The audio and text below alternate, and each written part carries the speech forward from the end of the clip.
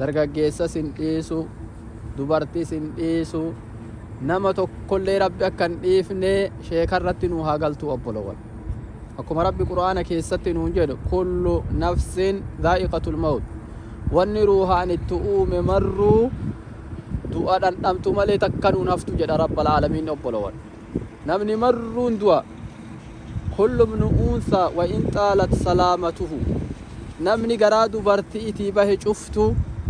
haajiruun addunyaa keessatti fayyaan itti dheerattullee jedhan haga fedhe fayyaa argatullee haga fedhe qabeen argatullee yawman alaa haalatil adbaa'i mahmuulu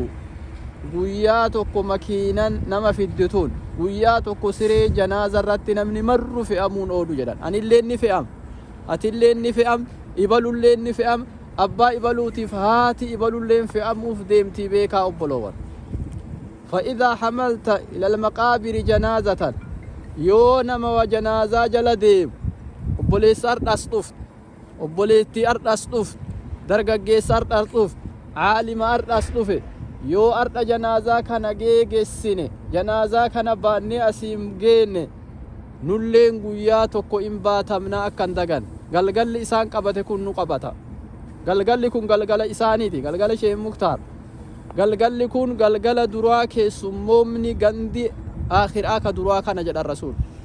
awwalu manaazilil akhiraa alqabr durri mana akhiraa lahdiin gokkeenne kana kuno shiqqiin gokkeenne kan yoo namni awwala galgala kana keessummoomni tolte fama ba'dahu aysar wanni achi duubaa laafa fi deemti jedha rasuulli keenya sallallahu alaihi wasallam qubsuma galgala kana rabbi isaanii haa ta'u من ربك جذي جد إنسان أبو شيك كين ربي أفان نوها كاي وما دينك يوجد إنسان أبو ربي أفان نوها كاي رب كلماته هيدا الرب سانر نوها كاي رب أبلو ووهيف شيك أسفيد هذه سمتك سنتيم إما لبهني دون درجة قبلي قرين إنه ما حديثة درجة شهيد كجدين الجير حديثة ضعيفة كيسد أمو حديثة ويوق أبو درجان حسن تجرى إن الرجل إذا مات في غير مولده قيس له من مولده إلى منقطع أثره في الجنة والحديث حسنه الشيخ الألباني عليه رحمة الله كما في سنن النسائي وابن ماجه وغيره نما قمتشيس حديث نكون نمني توكو إمالا به غندك سقلت الرابه بكا إمالا به بكا إمالا جروت يودو إجد الرسول بكا إمالا جروت يودو gandarraa dhalate san dhiisee bakkarraa amma imalatti yoo du'e qiisa lahu rabbiin rasuulli keenya akki jedhe nama saniif likkama jedhe min mawlidihi ilaa munqaxi'i atharihi bakka inni itti dhalaterraa qabee haga bakka inni itti du'e tanan likkaniif jedhe likkaniifi qabriin haganarraa bal'atti jedhe rasuulli keenya sallallahu alaihi wasallam abboo sheeka keenya rabbi irraa haa bal'isu asirraa haga ganda isaan irraa dhufanii itayyarra sa'a 14 deeman sanirraa haga qabrii tanatti isaanii likkanii irraa bal'atti jedha rasuulli keenya sallallahu alaihi wasallam ammoo zaahirri hadiisa inni jannata hagana takka ziyaadaa amala isaanirratti waan isaan kaleessa carraaqan irratti dachii jannata keessa qananii jannata keessa ganda jannata keessa bakka irratti keessaddu wanta naafi bakka itti dhalatan idduu rabbi ziyaadaa isaanii dabala jedha rasuulli keenya sallallahu alaihi wasallam sheeka kayrii tanaaf rabbi fide abbaa kaleessa masjidaati abbaan isaanii abbaa ulumaa'iti abbaa darasootati abbaa toohida biyya san keessa gadhaaban nama muudarraa nama kute nama sheek Huseen akkan dhayin ziyaararraa dhoowwe nama waan shirkirraa nama dhoowwe abbaan isaanii akkasi isaan illeen kaadima masjidaat haga as dhufanillee waan masjidaa dubbatan guyyaa gala deem waa'ee masjidaa isinit haasa'uu fedha osoo jedhan gama akiraa taran sheeyni rabbi isaanii haa araaramu ahlu jannaa rabbi isaan haa godhu khayrii isaan carraaqatan san galgala kana ta isaan booharsitu rabbi nuu haa godhu nama ulamaa'ii hedduut as keessa jira imaamman hedduut as keessa jira noo sheek Abdusalaami sheek Kamaali sheek Muniiri imaamman kun marru as keessa dhufanii jiran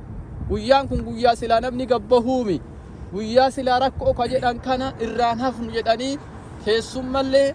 nama diinillee nama caalimarreedhaan hafnu jedhanii as jiran marri kun marruuhu jazaan keessan jannata haa ta'u ulfaadhaa aalim marru barakadhaa أسي مسجد مد بني مسجد التوفيق إتي أشمرت كدمنا الفات أسنين جنة شيخ السلام اللي يروح برا جدني بارك الله فيكم وجزاكم الله خيرا السلام عليكم ورحمة الله وبركاته namni maatirraa dhaamsa qabdan jirtanii maatii keessa namni gaa liqii yoo irra jiraatan liqii isaanii akka iyyafatanii irraa kafaltan sheekadhama silaa namni imala jiran isaanii waan ilmaani obboloo ijoolleen as keessa jiran namni lamaahi kasataffaa leen namni ni jira haa tahani ijoolleen inshaallah haga as jiran silaa isaanuu waan fuudhanii yoo waa fuudhan wanni guddoon barbaachisu deyniin asillee taatu biyyallee taatu irraa toohadha istighfaara kadhadhaa fi sabbaraa imaan asitu sabbaraa tabii jirtanii sabbaraa waan gurguddoo beekan haajiin faantii haajii bulloon isaan ardha waan jajjabduu haasawanii waa hedduu dhaamsa dabarsanii dhaamsa isaan dabarsan san jala deema bakkaan gayaa haganum walii dhaabna rabbi isaanii haa araaramuu dhufaadhaa kabajaba inshaallah dhiifamallee walii haa godhanii